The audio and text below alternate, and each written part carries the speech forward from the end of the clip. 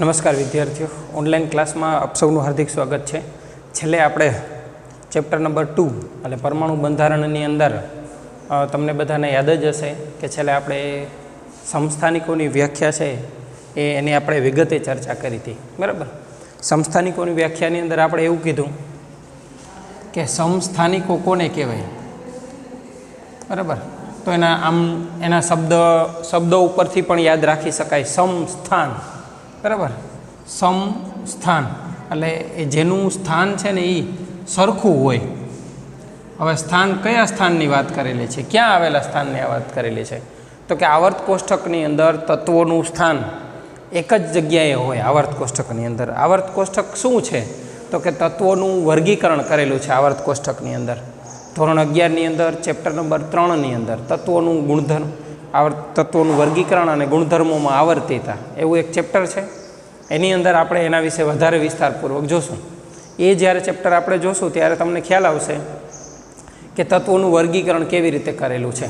આપણે અત્યારે એટલું યાદ રાખવાનું છે કે આવી જ રીતે આવર્ત કોષ્ટકની અંદર આવી રીતે આમ તત્વો ગોઠવાયેલા છે. હાઇડ્રોજન છે, હિલિયમ છે, પછી અહીં લિથિયમ, બેરિલિયમ, પછી અહીં boron, carbon, nitrogen, oxygen, fluorine, neon છે, પછી sodium, magnesium, aluminium, silicon, phosphorus, sulphur, chlorine, argon, આવી રીતે તત્વો આવર્ત કોષ્ટકની અંદર ચોક્કસ ક્રમની અંદર ગોઠવાયેલા છે.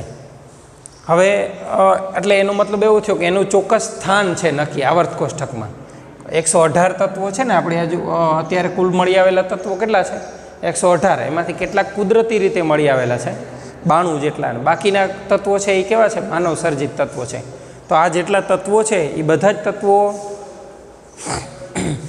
આવર્ત કોષ્ટકની અંદર કોઈ ચોક્કસ સ્થાન છે. હવે સમસ્થાનિકો એટલે એવા કે એમાં આવર્ત કોષ્ટકમાં એના સ્થાન અલગ અલગ ના હોય એમ. બરાબર. એક જ સ્થાન ઉપર એને ગોઠવાયેલા હોય. દાખલા તરીકે આપણે કાર્બન છે તો કાર્બનના સમસ્થાનિકોની વાત કઈ રીતે? હવે અહીં જો કાર્બનનું આવર્ત કોષ્ટકમાં સ્થાન તો કે જો અહીંયા છે. આને આપણે એમ કહેવાય કે આ પહેલો અને બીજા આવર્તમાં આવર્ત બીજો છે 1, 2, પછી અહીંથી 3, 4, 5, 6, 7, 8, 9, 10, 11, 13 અને આ 14. આ 14મો સમૂહ છે. એટલે કાર્બનનું બીજા આવર્ત અને 14મા સમૂહમાં સ્થાન છે. કાર્બનનું કયા આવર્તમાં? બીજા આવર્તમાં અને 14મા સમૂહમાં સ્થાન છે.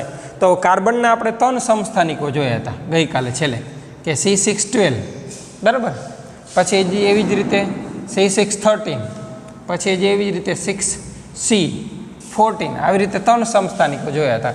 તો આવર્ત કોષ્ટકમાં આ 3 સમસ્થાનિકો માટે અલગ અલગ સ્થાન નથી. એક જ સ્થાને 3 સમસ્થાનિકો ગોઠવાયેલા છે. ક્યાં? તો કે એ કાર્બન છે, અહીંયા છે.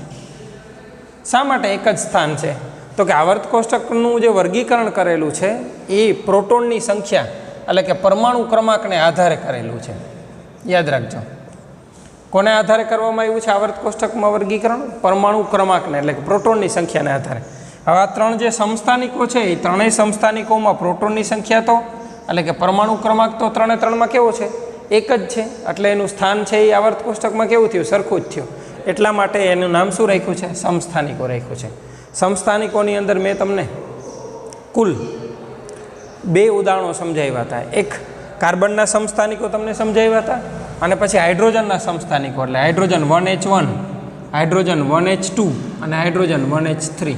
આવી રીતે 3 હાઇડ્રોજનના સમસ્થાનિકોને આપણે ચર્ચા કરી હતી. પછી એમાં એવું કીધું હતું કે હાઇડ્રોજનનો જે એક જ પ્રોટોનવાળો જે સમસ્થાનિક છે એને આપણે પ્રોટિયમ નામ આપ્યું હતું. બરાબર.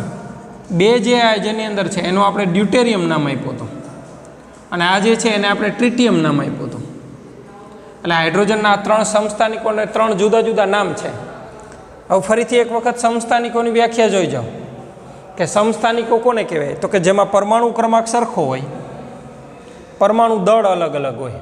જો પરમાણુ ક્રમાંક સરખો છે, પરમાણુ દળ અલગ અલગ છે. બરાબર. અથવા એની બીજી વ્યાખ્યા એવી હતી કે પ્રોટોનની સંખ્યા સરખી હોય 6, 6, 6, પણ ન્યુટ્રોનની સંખ્યા છે એ જુદી જુદી હોય. હવે અહીંયા પ્રોટોનની સંખ્યા 6 એટલે ન્યુટ્રોન અહીંયા 6 થયા. આમાં પ્રોટોનની સંખ્યા 6 એટલે 13માંથી 6 બાદ કરો એટલે ન્યુટ્રોન 7 થયા, અને 14માંથી 6 બાદ કરો તો ન્યુટ્રોન કેટલા થયા? 8.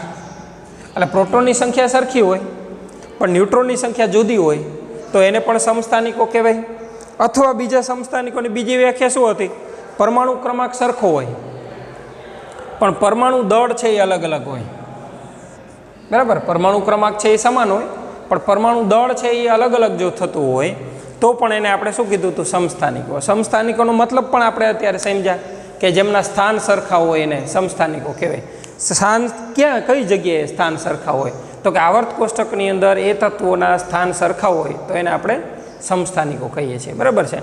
એટલે આપણે આજે સમસ્થાનિકો વિશે ચર્ચા આપણે અહીંયા પૂરી કરીએ છીએ, બરાબર? એના 2 ઉદાહરણો આપણે જોયા છે. આના સિવાય બીજા ઘણા બધા, દાખલા તરીકે નાઇટ્રોજન છે એને પણ સમસ્થાનિકો છે.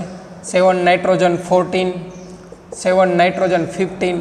તો જો આ 2 નાઇટ્રોજનના સમસ્થાનિકો છે તો અમે પ્રોટોનની સંખ્યા 7, ન્યુટ્રોનની સંખ્યા 7, બેયની અંદર પ્રોટોનની સંખ્યા, આની અંદર પ્રોટોનની સંખ્યા કેટલી છે? 7. અહીંયા પ્રોટોનની સંખ્યા કેટલી છે? 7. ન્યુટ્રોનની સંખ્યા કેટલી છે? તો કે 7, 14માંથી 7 જાય એટલે ન્યુટ્રોનની સંખ્યા કેટલી આવે? 7. અને 15માંથી 7 જાય તો ન્યુટ્રોનની સંખ્યા કેટલી આવે? 8. એટલે જો પ્રોટોનની સંખ્યા સરખી છે, ન્યુટ્રોનની સંખ્યા જુદી જુદી છે, એટલે એ બંનેને એકબીજાના સમસ્થાનિકો કહેવાય. અથવા બીજી વ્યાખ્યા શું હતી કે પરમાણુ ક્રમાંક સરખો હોય, પરમાણુ દળાંક એટલે કે પરમાણુ ભાર છે એ જુદો જુદો હોય તો એને પણ આપણે એકબીજાના સમસ્થાનિકો કહેશું. એટલે આ સમસ્થાનિકો વિશે આપણે આ વ્યાખ્યા જોઈ અને એના કેટલાક ઉદાહરણો જોઈએ. આના કરતાં પણ ઘણા બધા બીજા વધારાના ઉદાહરણો છે. ઘણા તત્વો એવા છે કે જે એક કરતાં બીજા વધારે સમસ્થાનિકો ધરાવે છે, પણ આપણે જ્યારે સમસ્થાનિકો પૂછાય ત્યારે આપણે આટલું યાદ રાખવાનું છે. પછી એમાં જે હાઇડ્રોજનના 3 સમસ્થાનિકો છે એની સંજ્ઞા પણ અલગ અલગ છે. જો કે આને આપણે 1H1 કહેશું. આના માટે ડ્યુટેરિયમ છે ને એટલે એના માટે 1D2 થઈ જશે, એની સંજ્ઞા D આવી જશે. આ ટ્રિટિયમ છે ને તો એની સંજ્ઞા T થઈ જશે, 1T3 એવી રીતે. પ્રોટિયમ, ડ્યુટેરિયમ અને ટ્રિટિયમ D અને T લખાય. આ માત્ર હાઇડ્રોજન માટે જ સીમિત છે. બીજા બધા સમસ્થાનિકોના અલગ અલગ નામ પણ નથી, એમની અલગ અલગ સંજ્ઞાઓ પણ નથી, પણ હાઇડ્રોજનના 3 સમસ્થાનિકોના જુદા જુદા નામ છે અને એની સંજ્ઞાઓ છે એ પણ જુદી જુદી છે. આ 3 સમસ્થાનિકો છે એનું પૃથ્વીના પેટાળમાં કેટલા પ્રમાણમાં અસ્તિત્વ ધરાવે છે એનો આંકડો પણ ટેક્સ્ટ બુકમાં આપણે આપ્યો છે. એ આપણે બને તો યાદ રાખવાની કોશિશ કરવાની કે આનું પ્રમાણ સૌથી વધારે હોય પ્રોટિયમનું, એનાથી ઓછું પ્રમાણ ડ્યુટેરિયમ હોય, એનાથી ઓછું પ્રમાણ છે એ કોનું હોય છે? ટ્રિટિયમનું હોય છે. ટ્રિટિયમનું પ્રમાણ સૌથી ઓછું હોય છે એટલે આપણે યાદ રાખવાનું થશે. ઓકે, એટલે આપણે આજે એક વ્યાખ્યા અત્યારે અહીં પૂરી કરી સમસ્થાનિકોની. હવે બીજી વ્યાખ્યા સમભારિકો.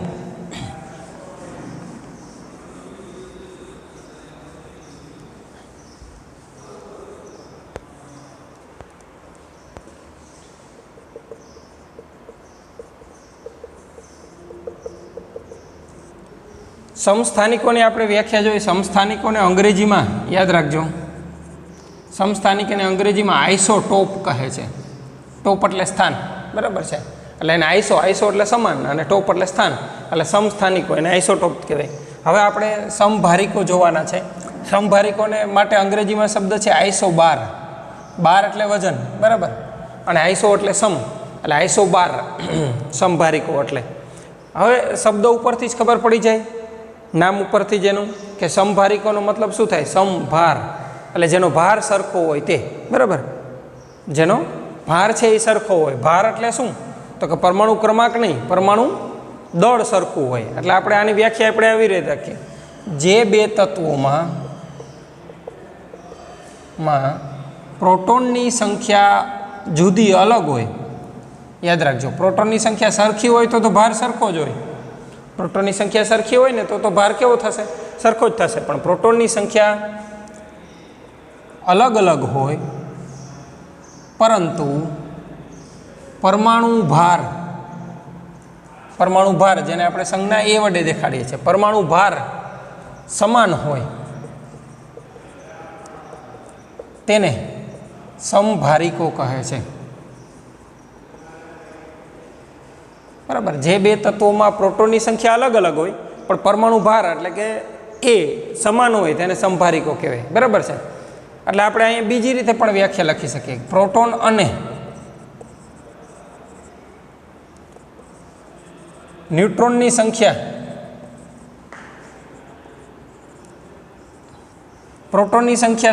પ્રોટોનની સંખ્યા જુદી હોય, સંખ્યા અલગ હોય, પરંતુ પ્રોટોનની સંખ્યા અલગ હોય પરંતુ પ્રોટોન અને ન્યુટ્રોનનો સરવાળો સમાન હોય. હવે એવું જ છે ને કે પ્રોટોનની સંખ્યા એટલે પરમાણુ ક્રમાંક અલગ હોય. અહીંયા પણ જો તત્વોમાં પ્રોટોનની સંખ્યા એટલે પરમાણુ ક્રમાંક સરખો હોય પરંતુ પરમાણુ ભાર પરમાણુ ક્રમાંક જુદો હોય પણ પરમાણુ ભાર છે એ સમાન હોવો જોઈએ. યાદ રાખજો. દાખલા તરીકે આપણે એમ કહીએ કે C612 વળી બીજો કાર્બન લઈ C612 તો આપણે એમ કહીએ કે આને પણ પરમાણુ ભાર 12 છે, આનો પણ પરમાણુ ભાર 12 છે, બંનેના પરમાણુ ભાર 12 છે આપણે એમ કહીએ તો બંને પરમાણુ ભાર 12 છે તો એ બંનેને સમભારિકો કહેવાય. ના, ખોટું છે. શા માટે સમભારિકો ન કહેવાય આને? તો કે એટલા માટે સમભારિકો આને ન કહેવાય કે બંનેની અંદર પ્રોટોનની સંખ્યા પણ સરખી છે પણ આ અલગ હોવી જોઈએ. યાદ રાખજો.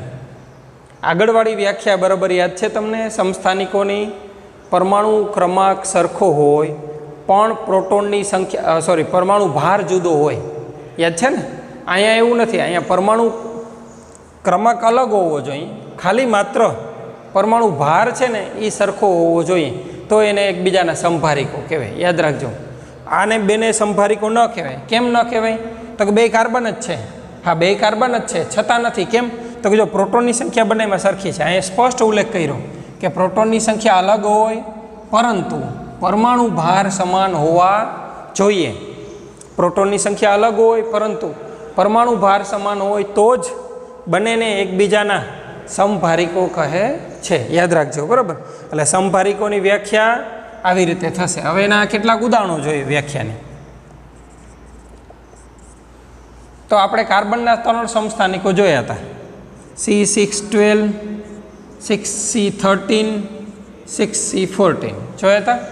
એમાંથી આપણે એક સમસ્થાનિકની આની વાત કરીએ કે આ કાર્બનનો આ એક સમસ્થાનિક કયો? તો કે 6 કાર્બન 14 વંચાય આમ ને આપણે.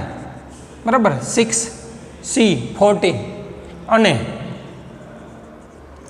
7 નાઇટ્રોજન 14. જો 6 કાર્બન 14 અને 7 નાઇટ્રોજન 14. હવે આ બે વિશે વિચારો. જો તમે શું લાગે છે બંનેનું? તો કે જો આમાં પ્રોટોનની સંખ્યા કેટલી? 6. આમાં પ્રોટોનની સંખ્યા કેટલી? 7. એટલે બેમાં પ્રોટોનની સંખ્યા અલગ અલગ છે પરંતુ આનો પરમાણુ ભાર કેટલો? 14. આનો પરમાણુ ભાર કેટલો? તો કે આનો પરમાણુ ભાર, તો કે એનો પરમાણુ ભાર પણ કેટલો? 14. તો બંનેના પરમાણુ ભાર કેવા થયા? સમાન થયા. એટલે પરમાણુ ભાર સરખા છે એટલે આ બંનેને એકબીજાના સમભારિકો કહેવાય. બરાબર? કેમ સમભારિકો થયા? તો કે પરમાણુ ભાર બંનેના કેવા છે? સરખા છે એટલે આપણે એને બંનેને એકબીજાના સમભારિકો કહેશું. પણ સમભારિકો જ્યારે આપણે જોતા હોય ત્યારે આપણે યાદ રાખવું પડે કે એમાં પ્રોટોનની સંખ્યા જુદી જુદી હોવી જોઈએ. બરાબર? તો આ એને સમભારિકો કહેવાય. પછી એવી જ રીતે આના બીજા પણ ઘણા બધા ઉદાહરણો આપણે અલગ અલગ બીજા પણ ઉદાહરણો લઈ શકીએ. દાખલા તરીકે આપણે હાઇડ્રોજનનું ઉદાહરણ લઈ શકીએ, હિલિયમનું ઉદાહરણ લઈ શકીએ. બરાબર? હિલિયમનો પ્રોટોન છે પરમાણુ ક્રમાંક કેટલો છે? 2 છે. તો હિલિયમના પરમાણુ ક્રમાંકની અંદર ન્યુટ્રોનની સંખ્યા અને પ્રોટોનની સંખ્યા કુલ કેટલો સરવાળો થાય? 4. તો એના સિવાય બીજા પણ કેટલાક તત્વોના તમે ઉદાહરણો લઈ આપણે અહીંયા લખી શકીએ. બરાબર છે? દાખલા તરીકે આપણે લખીએ 8 ઓક્સિજન 16 આપણે લખીએ ફોસ્ફરસ અને સલ્ફર. બરાબર? તો 15 ફોસ્ફરસ 32 અને 16 સલ્ફર 32. બીજું ઉદાહરણ આપણે અહીં લખીએ 15 ફોસ્ફરસ 32 અને 16 સલ્ફર 32. તો જો આ બંને ઉદાહરણ આને પણ ચેક કરો કે આમાં પ્રોટોનની સંખ્યા બેમાં કેવી છે? અલગ અલગ છે. વ્યાખ્યામાં સ્પષ્ટ લખ્યું છે કે જે બે તત્વોમાં પ્રોટોનની સંખ્યા અલગ અલગ હોય પરંતુ પરમાણુ ભાર છે એ સમાન હોય તો એને એકબીજાના સમભારિકો કહે છે. હવે આમાં 15 પ્રોટોન અને અહીંયા પ્રોટોન કેટલા છે? 16. પણ આનો પરમાણુ ભાર કેટલો છે? 32 અને આનો પરમાણુ ભાર પણ કેટલો છે? 32 છે. એટલે બંનેની અંદર પરમાણુ ભાર છે એ સરખા છે. બંનેની અંદર 32 અને 32. એટલે આપણે એમ કહેવાય કે એ બંને એકબીજાના સમભારિકો છે. એટલે સમભારિકોની આપણે વ્યાખ્યા પહેલાં યાદ રાખવાની છે. સમભારિકોમાં ન્યુટ્રોનની સંખ્યા હારે કંઈ લેવા દેવા નથી. જો આમાં 6 કાર્બન 14 એટલે આમાં ન્યુટ્રોનની સંખ્યા 8 છે. 7 નાઇટ્રોજન 14 તો આમાં ન્યુટ્રોનની સંખ્યા કેટલી છે? 7 છે. 15 ફોસ્ફરસ 32 તો આમાં ન્યુટ્રોનની સંખ્યા છે ને 17 છે. 16 સલ્ફર 32 એટલે ન્યુટ્રોનની સંખ્યા છે એ 16 છે. એટલે બેમાં ન્યુટ્રોનની સંખ્યા પણ અલગ અલગ જ હશે. એટલે પ્રોટોનની સંખ્યા અલગ અલગ હોય, ન્યુટ્રોનની સંખ્યા અલગ અલગ હોય, પણ પ્રોટોન અને ન્યુટ્રોનની સંખ્યાનો સરવાળો બેમાં કેવો હોય? સરખો થતો. યાદ રાખજો. એટલે આપણે અહીંયા મુદ્દો લખી શકીએ. એમ પ્રોટોનની સંખ્યા અલગ હોય,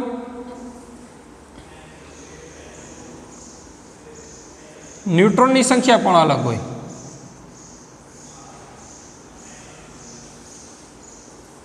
પરંતુ પ્રોટોન વત્તા ન્યુટ્રોન, જેને પ્રોટોન અને ન્યુટ્રોનના સરવાળાને આપણે પરમાણુ ભાર કહીએ છીએ, બરાબર? એટલે પરમાણુ ભાર સરખો હોય. પ્રોટોન વત્તા ન્યુટ્રોન સરવાળો સમાન હોય. ખ્યાલ આવ્યો? પ્રોટોનની સંખ્યા અલગ હોય, ન્યુટ્રોનની સંખ્યા પણ અલગ હોય, પણ પ્રોટોન અને ન્યુટ્રોનનો સરવાળો છે એ જો સમાન હોય તો એને આપણે એકબીજાના સમભારિકો છે એ કહેશું. એટલે આ સમભારિકોની વ્યાખ્યા થઈ. જે બે તત્વોમાં પ્રોટોનની સંખ્યા અલગ અલગ હોય પરંતુ પરમાણુ ભાર સમાન હોય તેને આપણે સમભારિકો કહેશું. સમભારિકોમાં બીજી વ્યાખ્યા એમ કે પ્રોટોનની સંખ્યા અલગ હોય પરંતુ પ્રોટોન અને ન્યુટ્રોનનો સરવાળો એટલે એનો દળ અલગ સમાન હોય તેને. એના બે ઉદાહરણો પણ આપણે લખ્યા. એટલે આ વ્યાખ્યા તમારે એક વખત સેટ નોટની અંદર લખવાની છે. હવે એના પછીની નેક્સ્ટ બીજી એક વ્યાખ્યા છે એના તરફ આપણે આગળ વધીએ. એટલે આપણે બે વ્યાખ્યાઓ ક્લિયર થઈ. સમસ્થાનિકો કોને કહેવાય, સમભારિકો કોને કહેવાય. સમસ્થાનિકો કોને કહેવાય? તો કે જેમાં સ્થાન સરખું હોય. સ્થાન સરખું એટલે પરમાણુ ક્રમાંક સરખો હોય, પરમાણુ દળ અલગ અલગ હોય. આમાં એવું કીધું પરમાણુ ક્રમાંક અલગ અલગ હોય, પરમાણુ દળ સરખું હોય. એટલે ઓલી અને આ વ્યાખ્યા બંને એકબીજાની લગભગ ઓલમોસ્ટ વિરુદ્ધ થઈ. સમજાણું? આગળવાળી સમસ્થાનિકોની વ્યાખ્યામાં શું હતું? પરમાણુ ક્રમાંક સરખો હોય, પરમાણુ દળ જુદું હોય. પરમાણુ દળ જુદું કેના લીધે પડે? ન્યુટ્રોનની સંખ્યાના લીધે. એટલે પરમાણુ ક્રમાંક પ્રોટોનની સંખ્યા સરખી હોય, ન્યુટ્રોનની સંખ્યા અલગ હોય. અહીંયા એવું કીધું પ્રોટોન અને ન્યુટ્રોનની સંખ્યા અલગ અલગ હોય પણ બેનો સરવાળો છે ને કેવો હોય? સરખો હોય. એને આપણે નામ આપશું સમભારિકો નામ આપશું. બરાબર? એટલે આ બીજી વ્યાખ્યા છે એ પૂરી થઈ સમભારિકોની. હવે આપણે એના પછી ત્રીજી વ્યાખ્યા ઉપર આગળ વધીએ.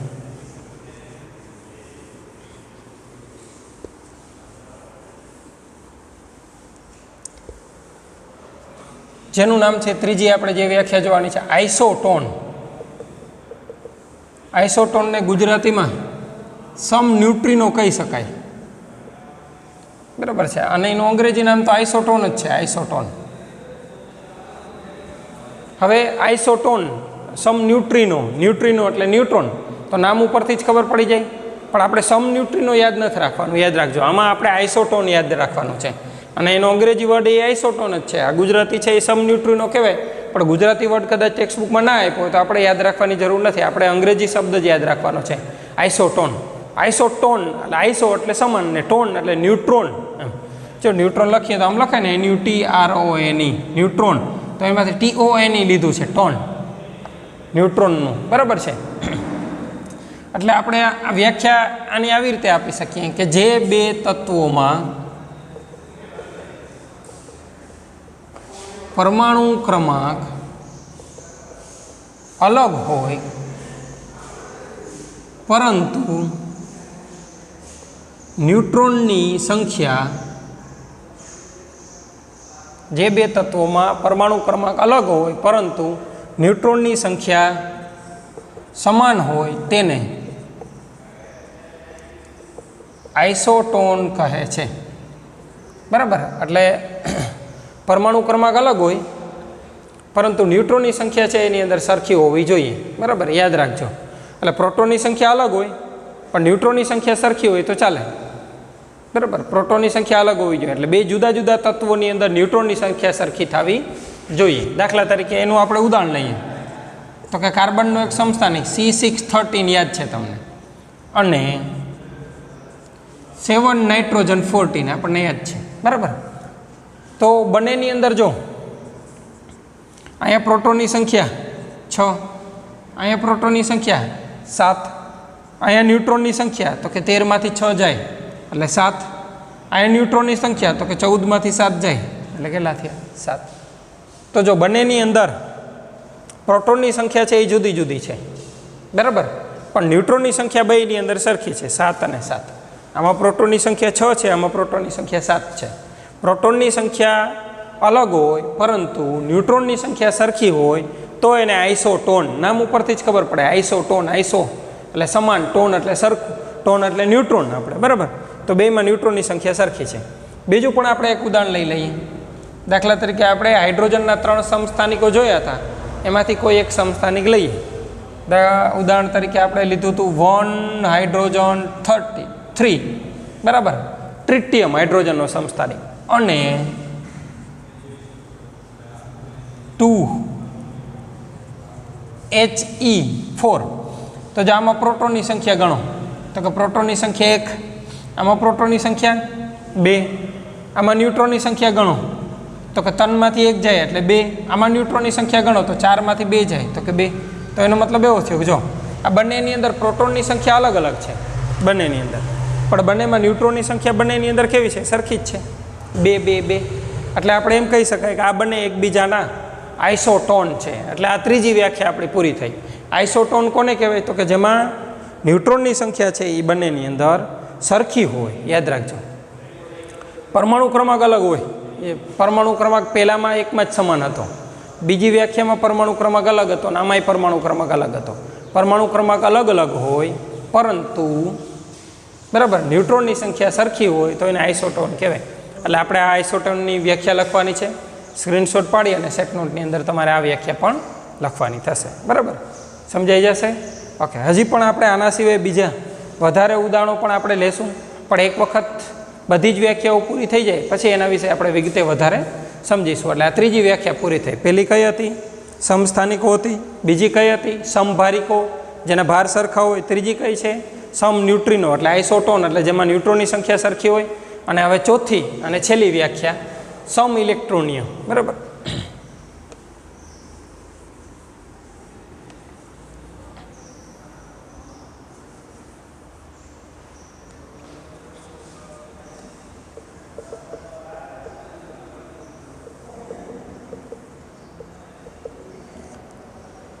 તો હવે આગળની વ્યાખ્યા જોઈ એ પ્રમાણે તમને તરત જ આના નામ ઉપરથી ખબર પડી જાય, બરાબર. સમ ઇલેક્ટ્રોનિયમનો મતલબ એવો થાય કે જેમાં ઇલેક્ટ્રોનની સંખ્યા છે એ સરખી હોય. હવે જે બે તત્વોમાં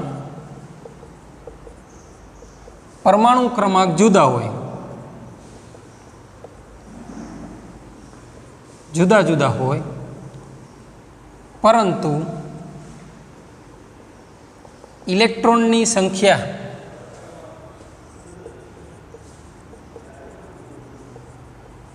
સમાન હોય તેને સમ ઇલેક્ટ્રોનિય કહે છે. હવે પ્રશ્ન એવો છે કે પરમાણુ ક્રમાંક જુદા જુદા હોય, પરમાણુ ક્રમાંક જુદા હોય એટલે પ્રોટોનની સંખ્યા અલગ થઈ બે તત્વોની અંદર. હવે પ્રોટોનની સંખ્યા અલગ હોય તો જેટલા પ્રોટોન હોય એટલા જ ઇલેક્ટ્રોન હોય, તો ઇલેક્ટ્રોનની સંખ્યા પણ કેવી થાય? અલગ જ થાય ને. પણ ઇલેક્ટ્રોનની સંખ્યામાં ફેરફાર થાય છે, તમને ખબર છે, થાય ને. કાંઈ તત્વ ઇલેક્ટ્રોન ઘણીવાર ગુમાવતું હોય, ઘણીવાર તત્વ શું કરે? ઇલેક્ટ્રોન છે એ મેળવતું હોય. તો તત્વો ઇલેક્ટ્રોનની ફેરફાર કરે, ઇલેક્ટ્રોનનો ફેરફાર કરે એટલે એમાં પ્રોટોનની સંખ્યા તો જે હોય એ જ રહે, પણ ઇલેક્ટ્રોનની સંખ્યા છે એ ફેરફાર થતો હોય. ઇલેક્ટ્રોન ગુમાવે એટલે ધન વીજભાર આવે, ઇલેક્ટ્રોન મેળવે તો ઋણ વીજભાર આવે. એના કારણે બે તત્વો એવા બને કે જે બે તત્વોમાં પરમાણુ ક્રમાંક સરખો હોય એટલે પ્રોટોનની સંખ્યા સરખી હોય, પણ વીજભાર આવવાના કારણે ઇલેક્ટ્રોનની સંખ્યા છે એ જુદી જુદી થઈ જતી હોય, સરખી થઈ જતી હોય ઇલેક્ટ્રોનની સંખ્યા. તો એવા તત્વોને સમ ઇલેક્ટ્રોનિય તત્વો કહે છે. એના આપણે અહીંયા કેટલાક ઉદાહરણો લઈ લઈએ, બરાબર. દાખલા તરીકે 11 સોડિયમ, બરાબર. તો હવે 11 સોડિયમ એટલે પરમાણુ ક્રમાંક 11 છે સોડિયમનો, તો સોડિયમમાં ઇલેક્ટ્રોનની સંખ્યા કેટલી હશે? 11 જ હશે, બરાબર. તો 11 પ્રોટોન છે એટલે પ્રોટોનની સંખ્યા આપણે અહીં લખીએ છીએ, પ્રોટોનની સંખ્યા 11, ઇલેક્ટ્રોનની સંખ્યા 11. આપણે અત્યારે ન્યુટ્રોનની સંખ્યા અહીંયા ચર્ચા નથી કરવાની, ખાલી માત્ર ઇલેક્ટ્રોનની સંખ્યા અને પ્રોટોનની સંખ્યા જ જોવાની છે. એટલે બંનેની અંદર આની અંદર પ્રોટોનની સંખ્યા 11 છે અને ઇલેક્ટ્રોન 11 છે. 12 મેગ્નેશિયમ +2. સોરી, આપણે અહીંયા છે ને ઉદાહરણ આવી રીતે નહીં, અલગ ઉદાહરણ લખીએ. આપણે નિયોનથી ચાલુ કરીએ. બરાબર.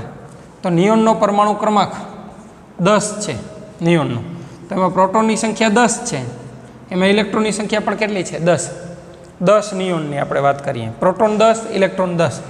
સોડિયમની વાત કરીએ તો 11 સોડિયમ પ્લસ. હવે અહીંયા જો સોડિયમની અંદર પરમાણુ ક્રમાંક કેટલો છે 11, એટલે એની અંદર પ્રોટોનની સંખ્યા કેટલી હોવાની 11, પણ એમાં ઇલેક્ટ્રોનની સંખ્યા 11 નહીં હોય, કેમ કે પ્લસ વીજભાર આવ્યો એટલે એક ઇલેક્ટ્રોન ઓછો થયો, એટલે ઇલેક્ટ્રોનની સંખ્યા કેટલી હશે 10. એવી જ રીતે 12 મેગ્નેશિયમ Mg+2, બરાબર. તો એનો મતલબ આમાં પ્રોટોનની સંખ્યા કેટલી છે 12. હવે એમાં ઇલેક્ટ્રોનની સંખ્યા પણ કેટલી હોવી જોઈએ 12 હોવી જોઈએ, પણ ઉપર કેટલો વીજભાર છે +2, એટલે 2 ઇલેક્ટ્રોન ઓછા હશે, તો પ્રોટોનની સંખ્યા કેટલી હશે 10 હશે. તો જે આ ત્રણે ત્રણ તત્વોમાં પ્રોટોનની સંખ્યા છે એ જુદી જુદી છે, ઇલેક્ટ્રોનની સંખ્યા છે એ કેવી છે સરખી છે, તો એને શું કહેવાય સમ ઇલેક્ટ્રોનિય કહેવાય. એવી જ રીતે 9 નંબરનું ફ્લોરિન હોય તો 9F-1, તો આમાં પ્રોટોનની સંખ્યા 9 છે. જો પ્રોટોનની સંખ્યા કેટલી છે 9 છે, અને ઇલેક્ટ્રોનની સંખ્યા કેટલી થાય ખરેખર હોવી જોઈએ 9 જ હોવી જોઈએ, પણ એની ઉપર વીજભાર છે -1, એટલે -1 વીજભાર છે એટલે એમાં ઇલેક્ટ્રોનની સંખ્યા 1 વધારે, એટલે કેટલા થઈ જશે 10 થશે. પછી એવી જ રીતે હજી પણ આપણે 8 ઓક્સિજન -2, તો જો આ ઓક્સિજનની અંદર પ્રોટોનની સંખ્યા કેટલી છે 8 છે, ઇલેક્ટ્રોનની સંખ્યા 8 હોવી જોઈએ, પરંતુ અહીંયા શું છે તો કે અહીંયા 2 વીજભાર -2 વીજભાર વધારાનો છે, એટલે ઇલેક્ટ્રોનની સંખ્યા 2 વધારે થશે, એટલે કેટલી થશે 10. એવી જ રીતે 7 નાઇટ્રોજન -3, તો આમાં પ્રોટોનની સંખ્યા 7 છે, બરાબર. ઇલેક્ટ્રોનની સંખ્યા ગણતરી કરો તો હોવી જોઈએ 7, પરંતુ 3 માઇનસ વીજભાર છે, એટલે 3 ઇલેક્ટ્રોન વધારે છે, એટલે 7માં 3 નાખો એટલે 10. તો જો અહીંથી લઈને અહીં સુધીના દરેક તત્વો તમે ધ્યાનપૂર્વક જુઓ તો દરેકની અંદર પ્રોટોનની સંખ્યા જુદી જુદી છે, પણ બધાની અંદર વીજભાર આવવાના લીધે વીજભાર આવવાના લીધે તટસ્થ પરમાણુમાં ના હોય એવું વીજભાર આવવાના લીધે બધેની અંદર એક નિયોનમાં નથી આવ્યું, બાકી બધેમાં વીજભાર છે. કેટલાકમાં ધન વીજભાર છે, આ બેમાં ધન વીજભાર છે, બાકીના 3માં ઋણ વીજભાર છે, અને આમાં વીજભાર નથી. વીજભાર આવવાના લીધે ઇલેક્ટ્રોનની સંખ્યામાં ફેરફાર થાય છે, જેથી કરીને ઇલેક્ટ્રોનની સંખ્યા સરખી થઈ જાય છે બધેની અંદર. એમાં જેટલે પ્રોટોનની સંખ્યા હોય એટલી હોવી જોઈએ, પરંતુ વીજભારના કારણે ઇલેક્ટ્રોનની સંખ્યામાં ફેરફાર થઈ જાય છે, એટલે આપણે એમ કહેવાય કે આ બધેને એકબીજાના શું કહેવાય સમ ઇલેક્ટ્રોનિય કહેવાય છે. એટલે એક આ વ્યાખ્યા તમારે સેટ નોટની અંદર ઉતારવાની છે સ્ક્રીનશોટ પાડીને, બરાબર છે. ઓકે, આટલું લખાઈ જાય એટલે આપણે આ લખી નાખજો સેટ નોટની અંદર. હવે પછીના લેક્ચરની અંદર આપણે આ બધી જ જેટલી 4 વ્યાખ્યાઓ જોઈ છે, 4 વ્યાખ્યાઓ કઈ જોઈ છે તો કે આપણે જોઈ સમસ્થાનિકો જોઈ, સમભારિકો જોઈ, આઇસોટોન જોયું અને સમ ઇલેક્ટ્રોનિય જોયું. આ 4 વ્યાખ્યાઓને આપણે હજી ફરીથી એક વખત સમજીશું અને અલગ રીતે એને વિભાજિત કરી અને તમને હું ફરીથી એક વખત સમજાવીશ. એટલે તમારે પાછો લેક્ચર આવે ત્યાં સુધીમાં 4 વ્યાખ્યાઓ એક વખત સમજાઈ જવી જોઈએ, તૈયાર થઈ જવી જોઈએ. પ્રશ્નો વ્યવસ્થિત તમારો તૈયાર થઈ જશે તો હવે પછીના લેક્ચરની અંદર તમને સમજવું ઘણું બધું સહેલું થશે. આજે આપણે અત્યારે અહીંયા અટકાવીએ.